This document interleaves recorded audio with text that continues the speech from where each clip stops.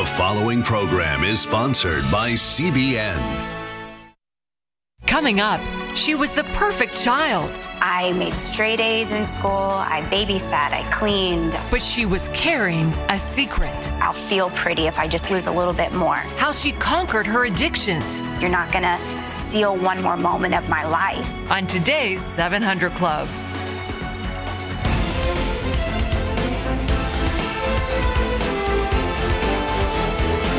Well, welcome to the 700 Club, and Terry's here with us, and I understand, is it your mother-in-law, your mother? Is it 100? My mother-in-law. We just celebrated her 102nd birthday. Come on. And she's sharp as a tack. She Skypes with my husband every Wednesday on her computer. No kidding. Where does she live? She lives in Chicago, a suburb of Chicago. She does? Yeah, she What's lives. your secret? You know, this is the crazy thing about it. I mean, she's always lived a moderately healthy life, but I mean, no great extreme health measures. She's not like a real staunch exerciser, but she does a little, you know, just moderation in all things, I guess. But I mean, she also is very, you know, she cares a lot about her kids and her grandkids, and she's actively concerned about their lives. Yeah. Well, there's no reason. Amazing lady. Amazing lady. She has sore knees. Well, to the news.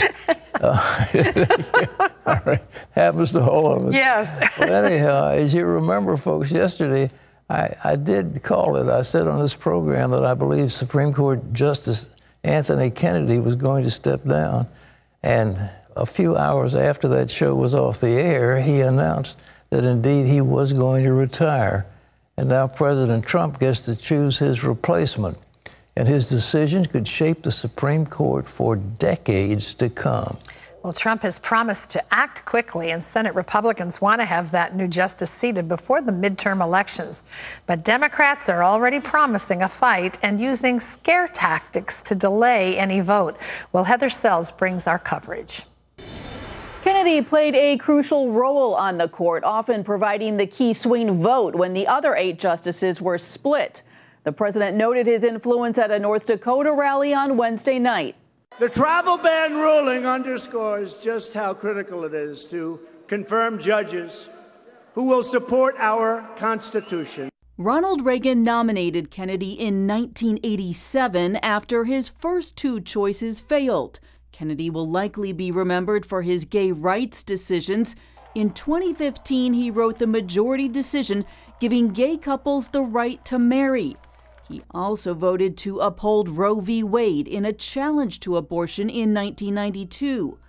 His retirement gives the president a second judicial pick in 2 years and an opportunity to do what many of his supporters have hoped for, the ability to shape the court for years to come. And I'm very honored that he chose to do it during my term in office because he felt confident in me to make the right choice and carry on his great legacy. The political fight over Kennedy's successor is already looming large. The Senate must confirm the president's nominee, but Democrats are protesting, saying the vote must wait till after the midterm elections. Our Republican colleagues in the Senate should follow the rule they set in 2016, not to consider a Supreme Court justice in an election year. But the Republican Senate leader says there will be no delay. We'll vote to confirm Justice Kennedy's successor this fall. If Republicans unite behind a Trump nominee, there's little that Democrats can do. New Senate rules forbid filibustering on Supreme Court nominees, so only 51 votes will be required for confirmation. CBN's Eric Rosales in Washington has more on who the president might pick. With the news of Supreme Court Justice Anthony Kennedy's retirement, President Trump has already created a short list of candidates. Each prospective nominee has the potential of shifting the ideological balance of the court ever farther to the right for decades to come. Different conservative groups contributed both ideas and suggestions to the list that President Trump is going to use. And the principles that are common among all the people on the list are traditional conservative principles. Justice Kennedy often provided the swing vote in liberal decisions like legalizing same-sex marriage and upholding Roe v. Wade. Heritage Foundation senior legal fellow Thomas Jipping says among the potential replacements is Amy Barrett, a judge in the U.S. Court of Appeals for the 7th Circuit. There's also a former clerk to Justice Kennedy in the running. Brett Kavanaugh, who is a judge on the U.S. Court of Appeals here in Washington. He's been there for more than a dozen years, very experienced. Another name on the list is Georgia Supreme Court Judge Britt Grant, a member of the Federalist Society and only 40 years old, which would make her one of the youngest Supreme Court justices ever. Hours after the announcement, some headed to the steps of the Supreme Court. It's going to give Donald Trump another opportunity to pack the court with extremely conservative justices, and so we're out here to kind of push back against that. That could be a wasted effort, according to CNN legal analyst Jeffrey Toobin, who tweeted, "Anthony Kennedy is retiring. Abortion will be illegal in 20 states in 18 months. Hashtag SCOTUS, a move that concerned Women for America hope to see." You want there to be a constitutionalist appointed because they believe in the Constitution as it was written. It's not that they think it's a living, breathing document that will say whatever they want it to say based on feelings. Other conservative groups like Americans for Prosperity and the Judicial Crisis Network already announced that they plan to spend at least $1 million on the looming battle to replace Justice Kennedy. They want, quote, a nominee in the mold of Neil Gorsuch. Eric Rosales, CBN News, outside the Supreme Court. You know, with Senator Schumer aside, the truth was during a midterm election, the Senate indeed confirmed a Supreme Court justice, and it was during a midterm. The question, this was not a presidential election that's coming up, it's a midterm election, and it's one that will not affect everybody. But without question, the Republicans have the votes and they need to get it. Now, what should they look for? I don't think the issue is abortion. Everybody talks about abortion, abortion, abortion. Well, you get rid of Roe versus Wade, then you got all that Supreme Court jurisprudence. I feel that what is needed is a judge who has the humility to recognize that the judiciary is the lesser part of the triumvirate we have in government. We have an executive, we have a legislative, and the judiciary. And the judiciary has no power. It has not the power to tax. It cannot raise the army. And it was never intended to be what Thomas Jefferson called an oligarchy. And what we have had in the past are judges who thought they could rewrite the Constitution. We need judges who are true to the Constitution more than anything else. Recognize the role of a judge is to determine issues under the Constitution and not try to rewrite the Constitution. The progressives have said, well, the Constitution is a living document and you can continue to make it malleable to suit the changing mores of the times. That is not what the Constitution should be, and it's not what it was intended to be. They have to like Justice Scalia did, strictly interpret the Constitution. What does it say? What was intended to say? What is the meaning of the words? And how does it apply to current law that's before them? Period. And judicial activism has just been driving America crazy because these are non-elected judges. But it looks like what the president, when he selected Neil Gorsuch, he got a superb man.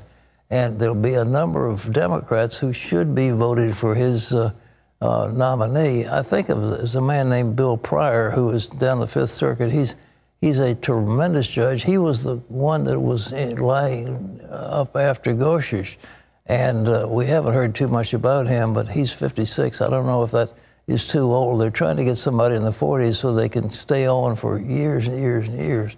But I'm sure the president, who's got the advice of the Federalist Society, he also has the advice of a guy like Jay Sekulow and others, who will say, look, these are important decisions, but it looks like the Lemon case and all the religious liberty cases that have been so hurtful.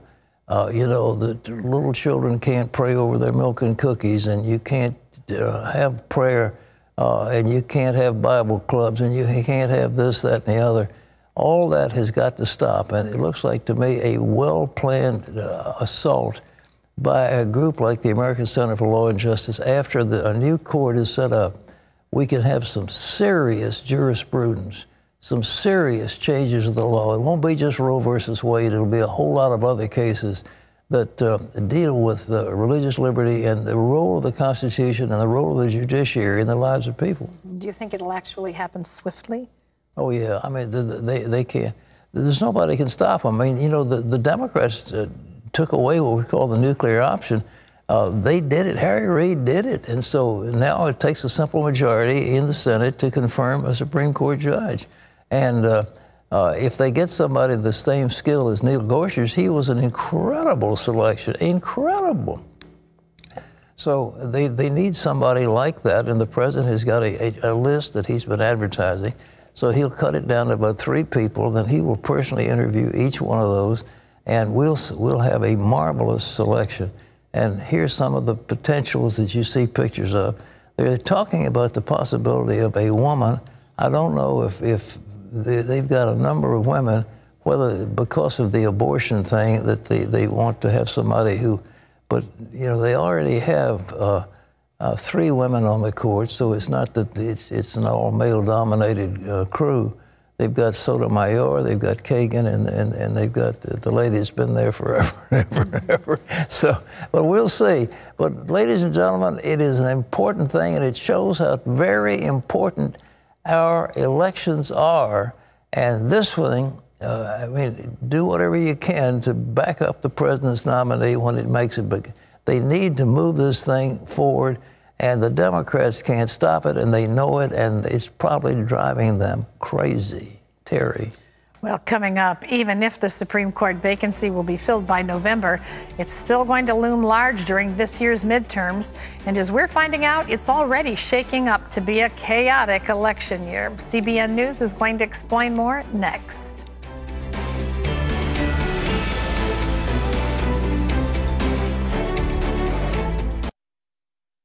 And welcome back to the 700 Club. The fight over the next Supreme Court justice will have a huge impact on the midterm elections.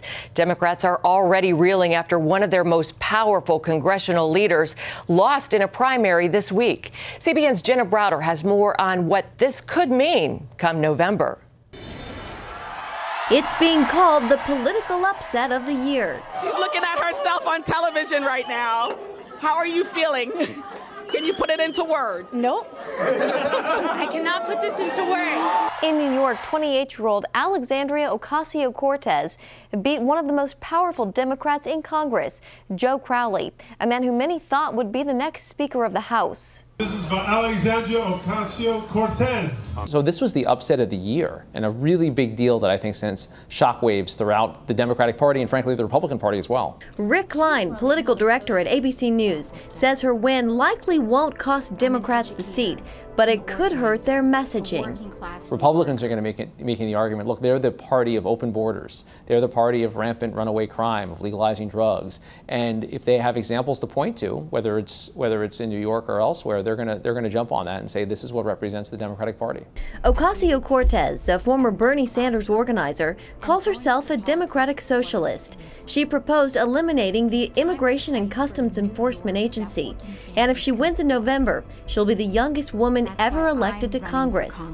President Trump reacted to the upset on Twitter. Big Trump hater Congressman Joe Crowley, who many expected was going to take Nancy Pelosi's place, just lost his primary election. In other words, he's out. That is a big one that nobody saw happening. The next United States Senator from the great state of North Dakota, Kevin Cramer. And earlier this week in South Carolina, where he campaigned for incumbent Governor Henry McMaster. A man named Henry McMaster. We're not going to do that. Both he and New York Congressman Dan Donovan, also backed by Trump, won their races. Trump owns the Republican Party, and I think it becomes evident with each passing primary that he has the potential to sway voters. In Utah, Mitt Romney soared to victory too. He's going to be an interesting guy to watch because of the national platform, the notoriety, the name recognition. And an interesting run-up to November.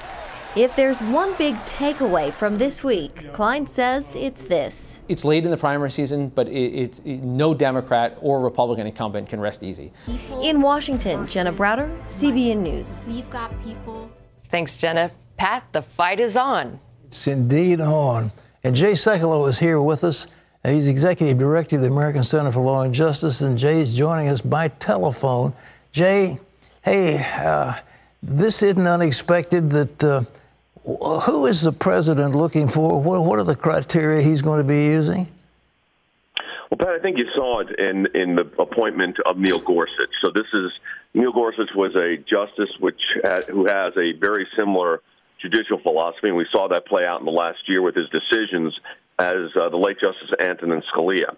So when you look at a judicial philosophy where Justice Kennedy was more of a swing vote, what would be called a centrist, although I have to say we did an analysis, and I think he ruled with us about 78 or 80% of the time. Justice Kennedy did, which is not a bad average. Justice Scalia, as you saw in Justice Gorsuch, is the kind of judicial philosophy that the president's looking for. So you see judges like Brett Kavanaugh out of the U.S. Court of Appeals for the District of Columbia. You see judges like Bill Pryor out of the 11th Circuit, Hardiman out of the 3rd, Diane Sykes out of the 7th, Amy Barrett out of the 7th. So there are a number. I mean, there's that list of 25 has although very different people, very similar judicial philosophies. These are originalists. These are someone that will interpret the Constitution as it's written. They're not going to create law. They're going to respect the Constitution. They're not going to be in the business of creating statutes, which is not the role of a justice.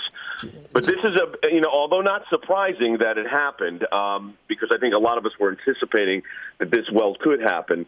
The fact is that it nonetheless is going to be a big selection because it's a moving point at the Supreme Court.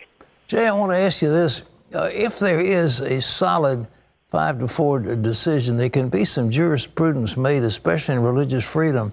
The ACLJ can begin to take some cases and move them up toward the court. Do you see that coming, that we really can, with this court, rewrite some law? Well, that's a great point. I mean, so, sometimes you have to play defensive and hope cases don't reach the court, although we had a case that was a companion case of the pro-life centers that was decided just 2 days ago.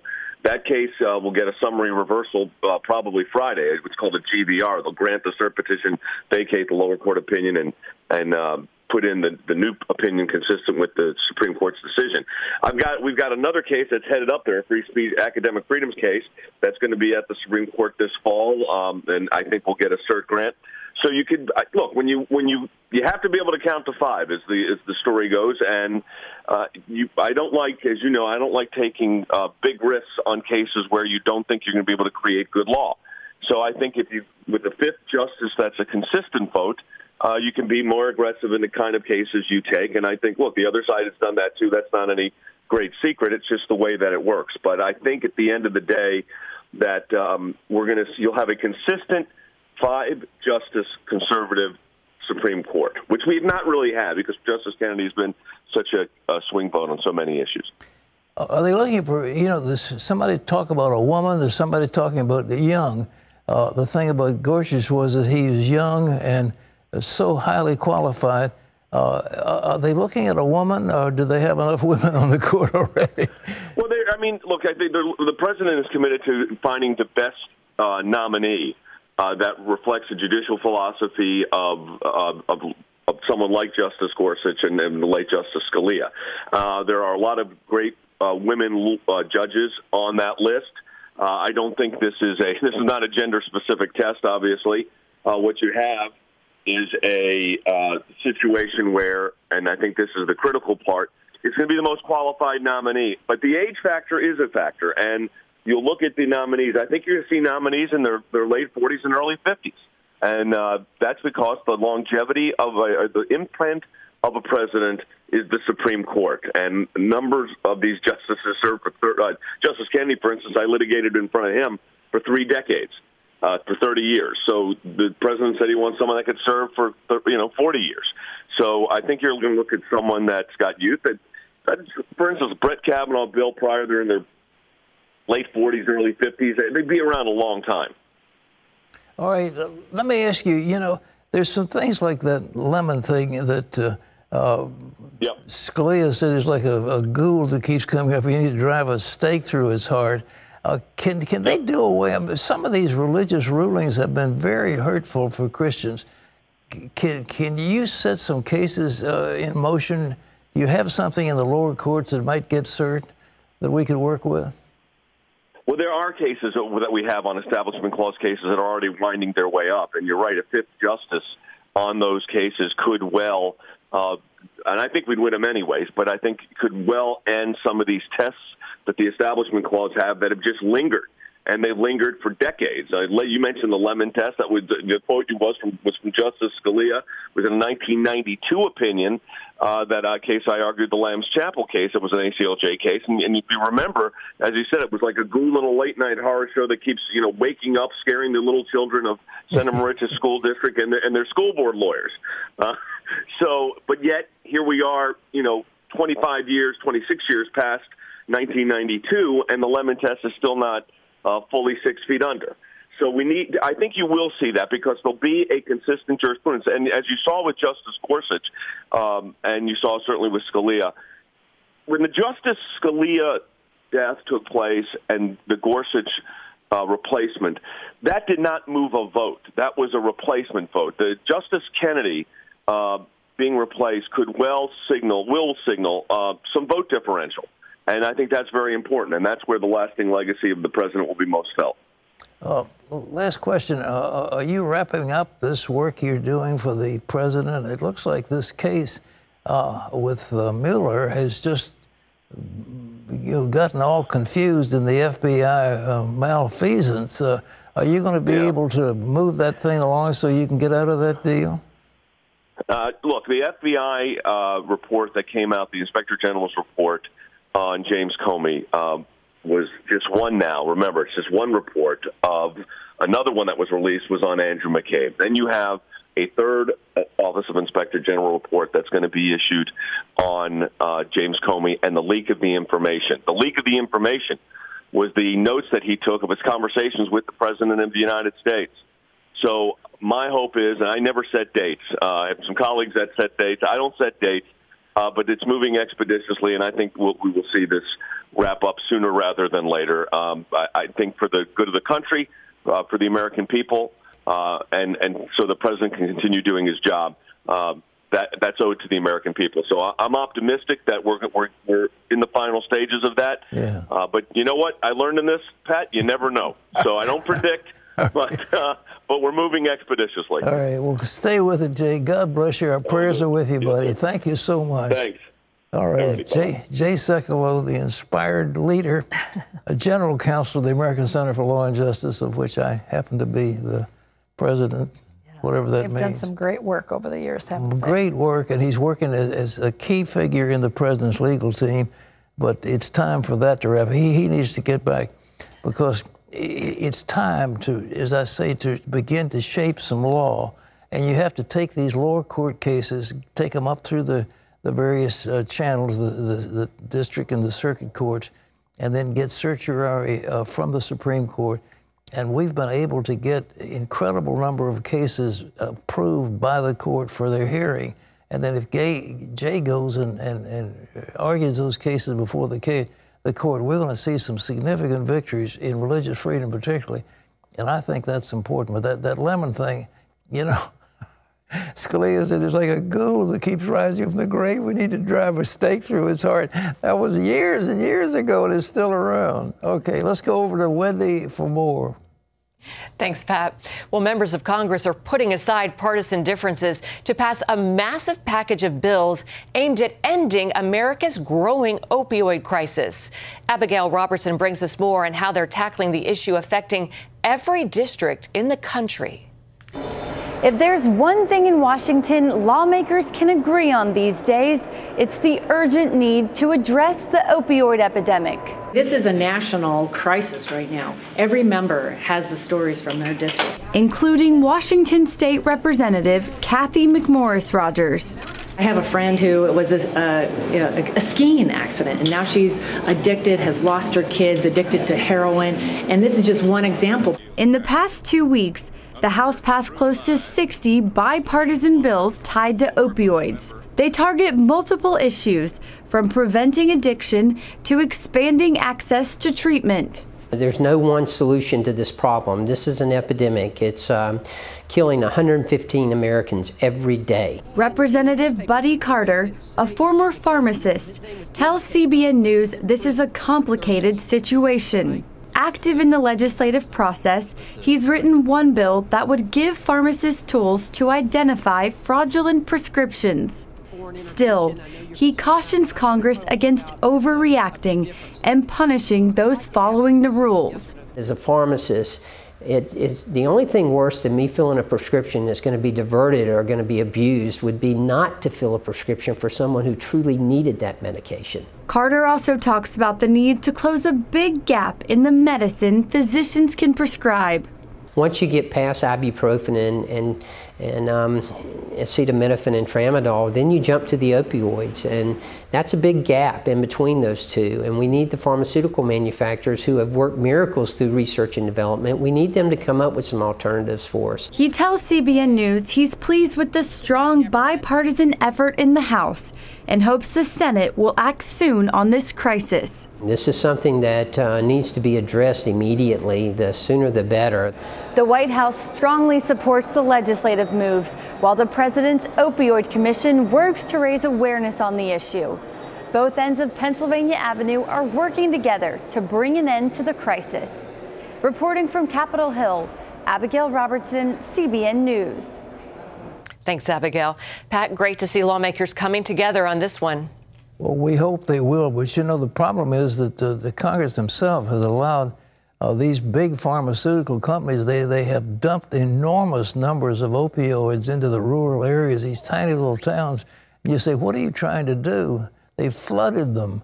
And, you know, down in Florida, for example, there was just an avenue of phony prescription giving stations. I don't know what they call themselves, but whatever they were prescribing huge doses of opioids, and we've hooked the nation on it. And they're legal drugs. That's what's so terrible about it. They're not illegal, they're legal. Yeah, well, and as was mentioned in that piece, you know, often it's someone who just goes in for a necessary procedure, not intending to become addicted to anything, and their whole life is turned upside down.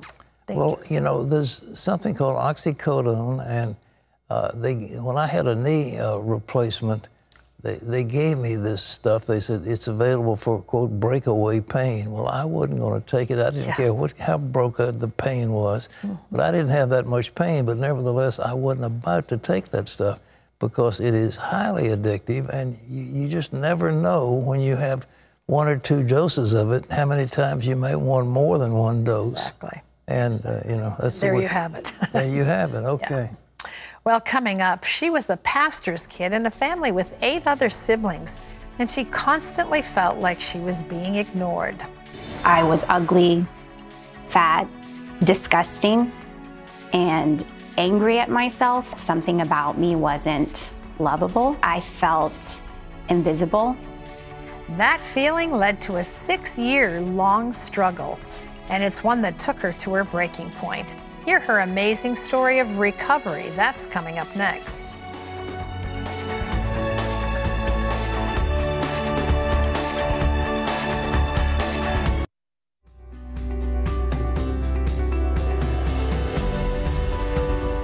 When Rebecca was a teenager, she started dieting. Well, soon she started getting compliments on her looks. That started a cycle that took Rebecca down a dark path, and it led her into a face-to-face showdown with a demon. I would look in the mirror and just be like, oh, you're so disgusting. You're so gross. You're putrid. That's what I would see. I would never find someone that would love me the way that I am.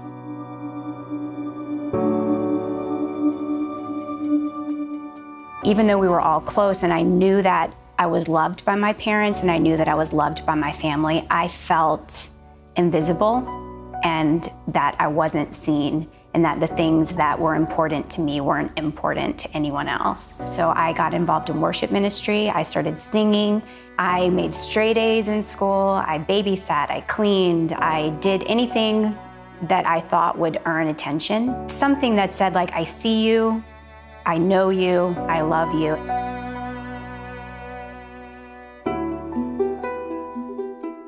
I remember even at 5 and 6, just believing that something about me wasn't lovable. I just felt like there was no way I was ever going to be loved by anybody. Accepting the love of God and seeing him as my father, that was for other people.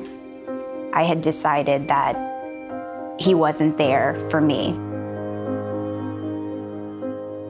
Even at 7 and 8, I was a large girl. And by the time I was a teenager, I was very overweight. I was ugly, fat, disgusting, and angry at myself that I had allowed this to take control of my life. I was getting like comments from everywhere. Oh my gosh, what are you doing? You look so great. You've lost so much weight. I was like, oh, I feel so confident now and I'm getting attention. I'm getting hit on. Everybody likes me now. This is great. I measured my value by what size I wore. I measured my value by the number on the scale. Be like, okay, well, I'll feel pretty if I just lose a little bit more.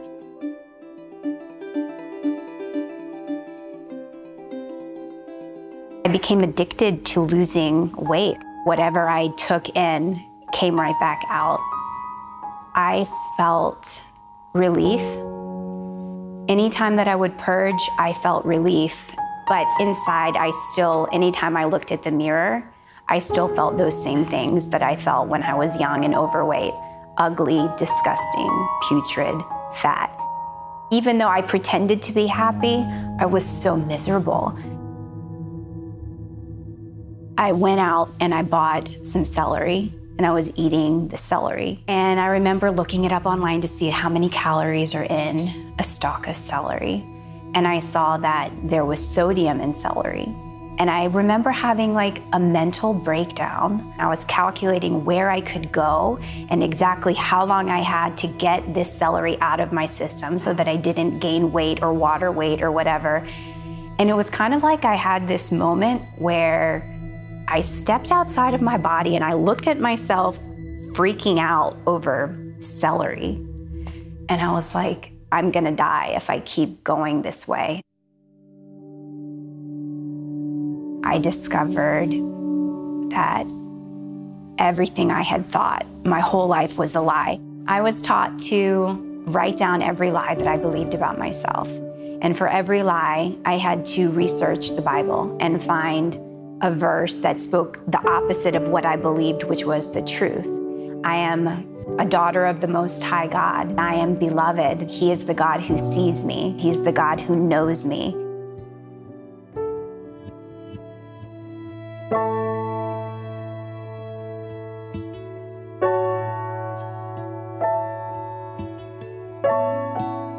One day, I was outside replacing the lie with the truth, and all of a sudden, I just felt like I was in a fairy tale movie. I could hear all these birds chirping and singing, and I closed my eyes and I just felt God's presence. Tears streaming down my face. I couldn't control them. He said to me in that moment, I've always been right here. I've always been this close. I remember knowing that he loves me and not just saying it, but really knowing it and becoming so happy.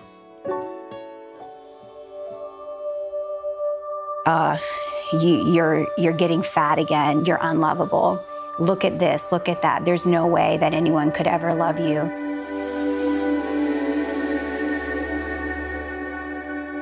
We were just praying and interceding for the new year, for the ministry, and for the people that we worked with.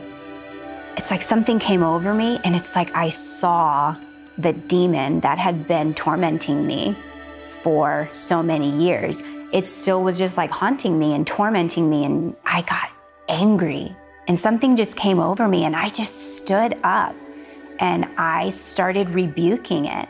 And I just said, "You're not welcome in my life anymore. Enough is enough. I command you to go in the name of Jesus. You're not gonna steal one more moment of my life."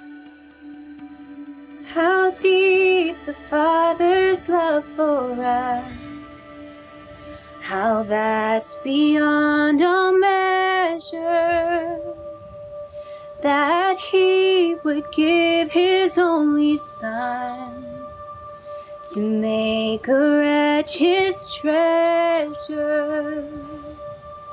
And how great the pain. I just felt completely light and completely free, and I felt that heaviness and that bondage completely break off of me.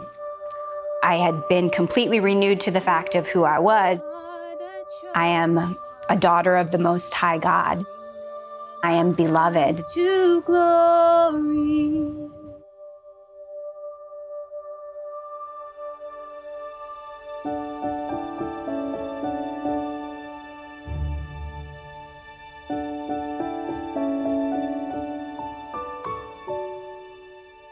One of the things that I love the most about John is that I'm able to be completely 100% myself. On this day, I marry my best friend. I feel completely safe and completely free to just share with him exactly what's on my heart, exactly what I'm going through, exactly what I'm feeling, exactly what I've been through. God has done so much healing. I'm just like, you know what?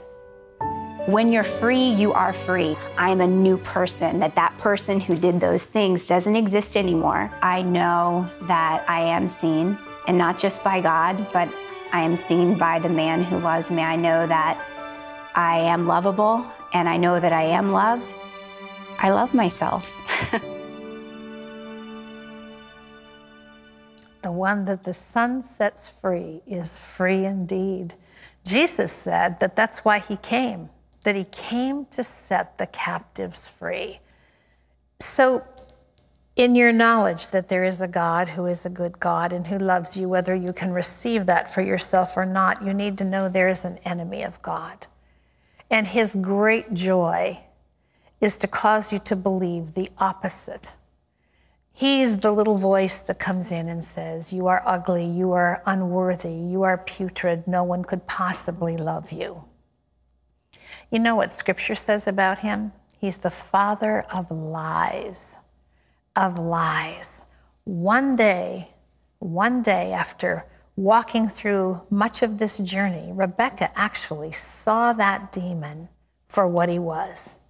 That even though she had accepted truth, even though she had had some freedom, he knows your weak spots. It's like even when the sore heals over, there's a little bit of a bruise there, and he comes in with a vengeance to be sure that you never totally understand that you were created in the image and likeness of God. He knew you before you were ever formed in your mother's womb. He created you with intention and purpose, with a hope and a future in mind, not just for here, but for all eternity. The enemy is out to rob you of that, and to rob you of the joy that was meant to be yours now, not just in eternity, but now as a child of God. I hope you heard clearly what Rebecca shared today, because you have the power to stand up, look that thing in the face and say, "Done. You're not welcome here anymore. I'm not believing your lies. I'm not listening to what you have to say." But here's the key to that. What Rebecca did was she took time to write down all the lies that she heard in her heart and mind, and then she went to the truth, to the Word of God, and she began to write down the rebuttal to all of those things. Who does God say you are? He's your creator, not the enemy of God. God is your Father. He's the one who created you with intention and purpose, who loves you with an everlasting love, who opens the gates of heaven to you, and who sets you free and gives you freedom and power in this life, in this place, on this earth, to live above your circumstances. The question is, will you receive it today? If you keep believing the lie, repeating it in your head, letting it go over and over and over, rotating around in your mind, that will dominate your thoughts. The Bible says that you and I have the power to take every thought captive.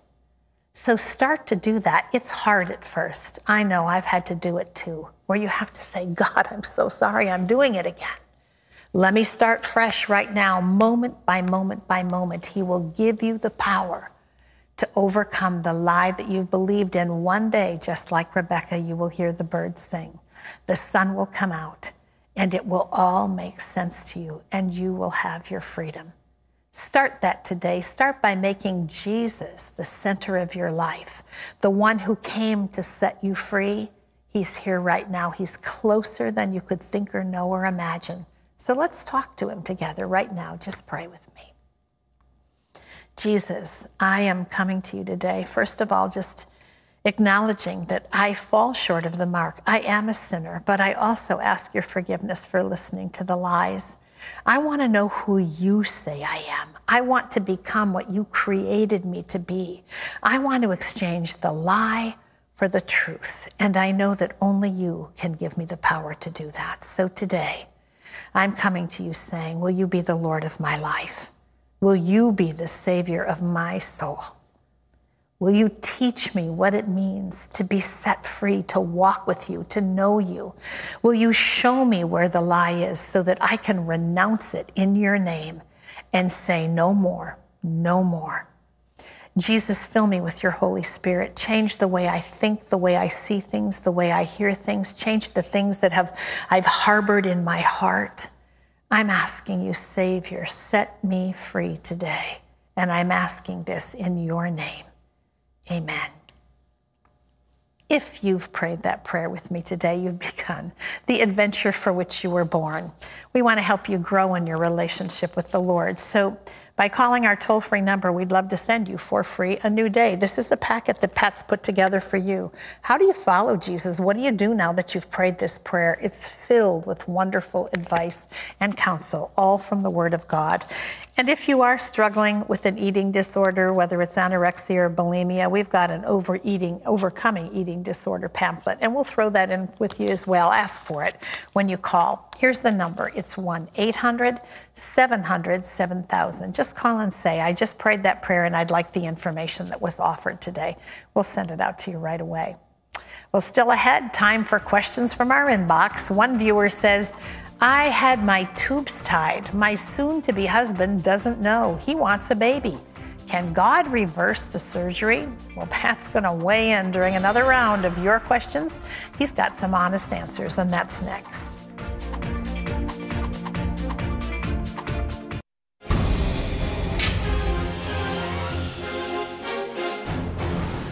And welcome back to the 700 Club. It looks like the Trump-Putin summit is on. The Kremlin and the White House announced today it will take place in Helsinki, Finland on July 16th. National Security Advisor John Bolton went to Moscow to lay the groundwork for the meeting. Secretary of State Mike Pompeo will meet with Russian leaders in the next 2 weeks to plan the summit. Another civil war in America? A new poll finds 59% of voters fear violence from Trump haters, and 31% predict it will end in civil war sometime in the next 5 years. The Rasmussen Report survey says the new fear is tied to recent harassment of presidential aides and calls to publicly confront them. Democratic Representative Maxine Waters recently called on people to publicly confront members of the Trump administration over the immigration crisis. You can always get the latest from CBN News by going to our website at cbnnews.com. Pat and Terry will be back with more of today's 700 Club right after this.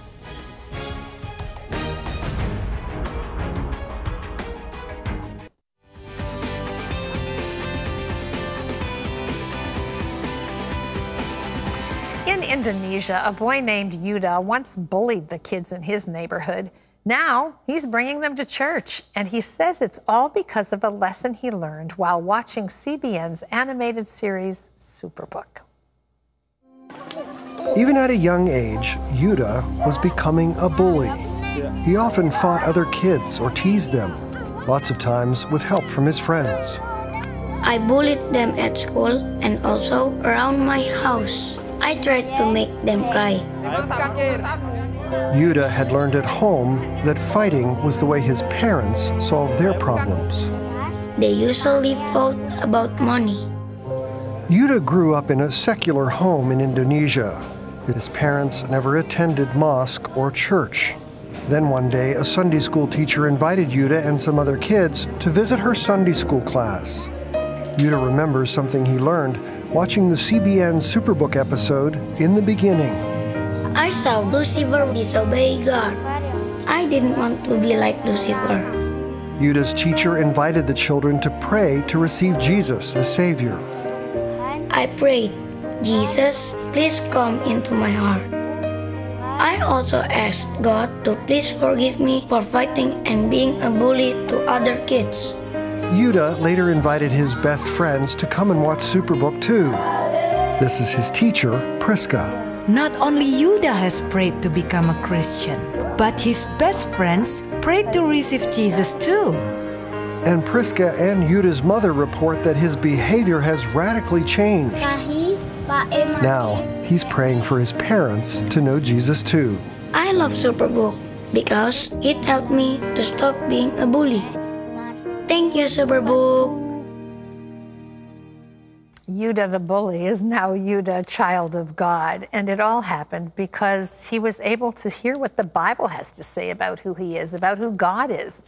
It happened because of Superbook. You know, I want to tell you how you can make a difference through Superbook. Members of the Superbook Club get the latest episodes delivered right to their mailbox as soon as they're released. We would like to invite you today to join. All you have to do is give us a call. Our number, as I said earlier, is toll-free. It's 1-800-700-7000. Or you can log on to cbn.com. When you join, we're going to send you 3 copies of our newest release, Elijah and the Widow. But not only that, we've got a Superbook Summer Splash Party bonus for you with 3 more episodes, Paul and the Shipwreck, Noah and the Ark, and Jonah. Altogether, that's 6 DVDs, and it's all yours for a recurring gift of $25. So make sure to call that toll-free number, 1-800-700-7000, or go to cbn.com. Join the Superbook Club because it's members of the Superbook Club that are taking the message of the truth to children around the world, hundreds and thousands of them. And we want to send you your Superbook copy for the kids in your life. So call now. Time for some email All right, questions. let's take Ready? them. Let's go. Okay, this is a viewer who says, I'm 26 years old. I had twin girls from a previous relationship. I had my tubes tied. Now I found the man that I want to marry, and he wants a child. I haven't told him that I got my tubes tied. Can God reverse the surgery if I pray and ask him? Can God give me a miracle baby? Well, of course, God can reverse it, but I think having your tubes tied, that can be reversed, can't it, surgically? I think it can, as long as it wasn't done too radically. It's so-called fallopian tubes, and that's, but I would get surgical intervention, but can God do it? Of course he can, all right? Yeah. This is Brittany, who says, I grew up in a religious cult. This church emphasized the anger of God and nothing about the love of God or Jesus. At the age of 40, I am in my 3rd marriage. I was boy crazy even as a young girl. My father never told me I was beautiful or that he loved me. Both my parents have passed away. My mother and sister were verbally abusive. Pat, I was wondering what I can do to feel like I'm worthy of being loved by God. I feel justified that others should be loved by God, but not me. Well, we just had a story about a lady doing bulimia because she didn't feel loved. Yeah. Listen, God loves you. You read the Bible, it's so clear. For God so loved the world that he gave his only begotten Son, that whosoever believes in him will not perish but have everlasting life. God gave you enough love that he died for you. So how do you feel love? All you have to do is read the Bible and receive it. God loves you. He loves people. He loves mankind. God is love. You read, you know, 1 John, 2 John, those little books. God is love, not loving. He's love itself. And the love is for you, all right? Okay, this is Paul, who says, God promised to never cover the earth in water again, but look around us. There are earthquakes, tsunamis, hurricanes, wildfires, mudslides, and volcanoes erupting. How do we explain this against the Bible? Well, he said he'd never cover the earth with water. The Noah episode, the whole earth was covered. Everything died. The entire world was covered according to that narrative. So what's happening now is not a universal flood. We're not having that. We're having some trouble, but doesn't the Bible say along the way there'll be rumors of, you know, and there'll be famine and earthquakes and disasters in various places? That's what we're going to have. So, you know, the other, you're misreading the Bible and the events of today. We leave you with today's Power Minute from 2 Corinthians. For no matter how many promises God has made, they are yes in Christ. Well, tomorrow we'll head to historic Gettysburg and learn a lesson about the battle that's not taught in schools. That'll be interesting. It should be, yes. Yeah, I think General Lee screwed up at Gettysburg, but we won't get into that. Okay, that's all the time we got for Terry and me. We'll see you soon. Bye-bye.